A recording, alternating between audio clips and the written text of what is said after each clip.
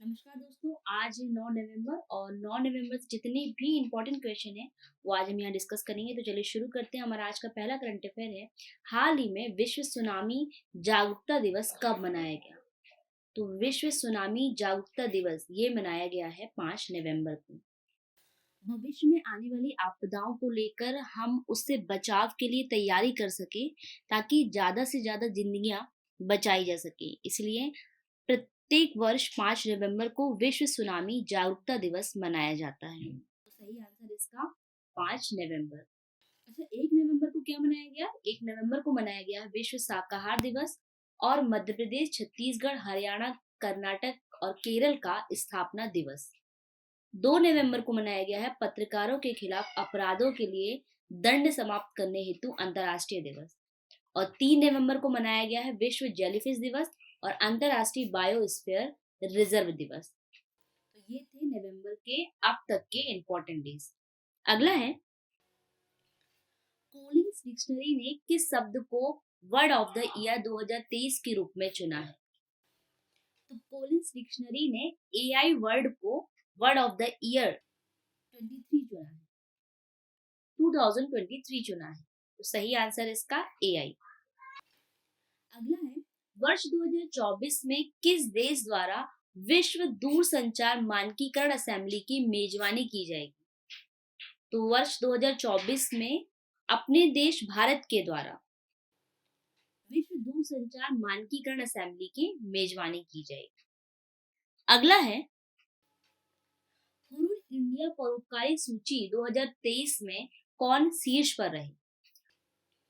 तो Hurun India ने एक परोपकारी सूची 2023 जारी की है, जिसके अनुसार शिव नादर शीर्ष पर हैं। Shiv Nadar IT company HCL technology के फाउंडर हैं और फोर्ब्स एशिया द्वारा जारी की जाने वाली भारत की 100 सबसे रईस लोगों की लिस्ट में तीसरे पायदान पर है। और हाल ही में शिव नादर उनके परिवार ने एडलगिव हुरुन इंडिया परोपकारी सूची 2023 में शीर्ष स्थान पर है। वित्तीय वर्ष 2022-23 के लिए उन्होंने 2042 करोड़ रुपए का दान दिया था। शिव नादर जी पहले नंबर पर हैं, तो इस सूची में दूसरे नंबर पे कौन? तो दूसरे नंबर पर है अजीम प्रेम जी। इन्होंने 1774 करोड़ रुपए का दान किया था। तीसरे नंबर पर है मुकेश अंबानी। मुकेश अंबानी ने किया था 376 करोड़ रुपए का दान। और चौथे नंबर पर है कुमार मंगलम बिरला एंड फैमिली, ये चौथे नंबर पर है। ये है शिव नादर जी, आईटी कंपनी एचसीएल टेक्नोलॉजी के फाउंडर। अगला है, BHEL Bharat heavy electricals limited के अध्यक्ष और प्रबंध निर्देशक के रूप में किसे नियुक्त किया गया है? तो भेल के अध्यक्ष और प्रबंध निर्देशक के रूप में कोप्पू सदाशिव मूर्ति को नियुक्त किया गया है। ये है कोप्पू सदाशिव मूर्ति और इन्हें ही भेल का अध्यक्ष और प्रबंध निर्देशक नियुक्त किया गया है। अगला है, सीबीआई के संयुक्त निर्देशक के रूप में हाल ही में किसे नियुक्त किया गया है? तो सीबीआई के संयुक्त निर्देशक के रूप में प्रवीण पवार को नियुक्त किया गया है। ये है प्रवीण मधुकर पवार और इन्हें ही सीबीआई के यानी केंद्रीय अन्वेषण ब्यूरो का संयुक्त निर्देशक नियुक्त किया गया है। अगला है, प्रधानमंत्री नरेंद्र मोदी द्वारा प्रधानमंत्री गरीब कल्याण अन्न योजना को कितनी अवधि के लिए बढ़ा दिया गया है? तो प्रधानमंत्री नरेंद्र मोदी के द्वारा प्रधानमंत्री गरीब कल्याण अन्न योजना को 5 वर्ष की अवधि के लिए बढ़ा दिया गया है। अगला है, किस राज्य सरकार द्वारा डॉक्टर पुनीत राजकुमार हृदय ज्योति योजना की शुरुआत की गई है? तो डॉक्टर पुनीत राजकुमार हृदय ज्योति योजना ये शुरू की गई है कर्नाटक राज्य सरकार के द्वारा। कर्नाटक स्वास्थ्य विभाग ने अचानक दिल के दौरे और हृदय संबंधी समस्याओं का सामना करने वाले व्यक्तियों को तत्काल सहायता प्रदान करने के लिए डॉक्टर पुनीत राजकुमार हृदय ज्योति योजना की शुरुआत की है। तो सही आंसर इसका कर्नाटक।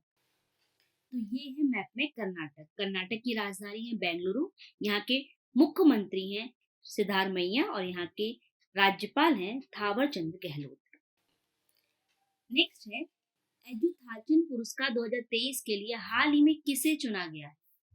तो एजुथाचन पुरस्कार 2023 के लिए चुना गया है एस के वसंथन को।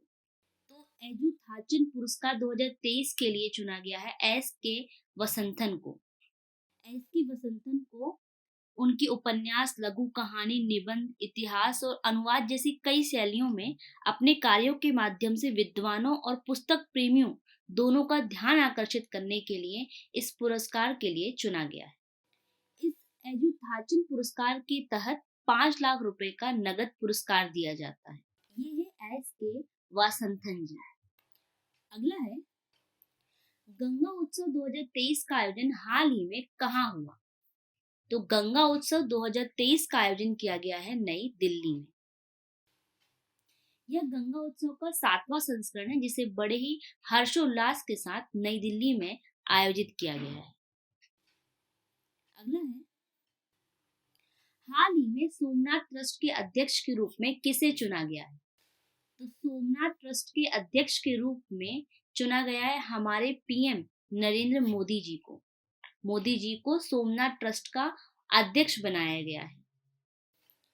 तो फ्रेंड्स, ये था हमारा आज का सेशन। अब मैंने लास्ट जो आपसे सवाल पूछा था उसे देख लिया।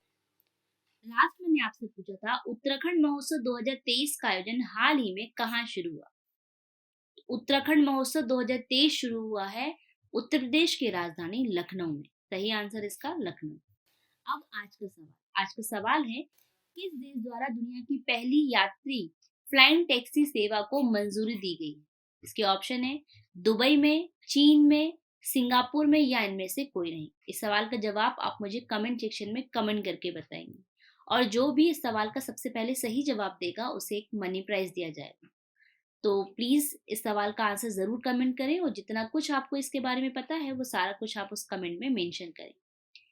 फ्रेंड्स, आज के लिए बस इतना ही। अगर ये आपको वीडियो पसंद आता है, आपके लिए हेल्पफुल है, तो प्लीज इसे लाइक कीजिए, शेयर कीजिए और चैनल को सब्सक्राइब कीजिए। साथ ही बेल आइकन को भी प्रेस कीजिए। Thank you for watching. Bye bye.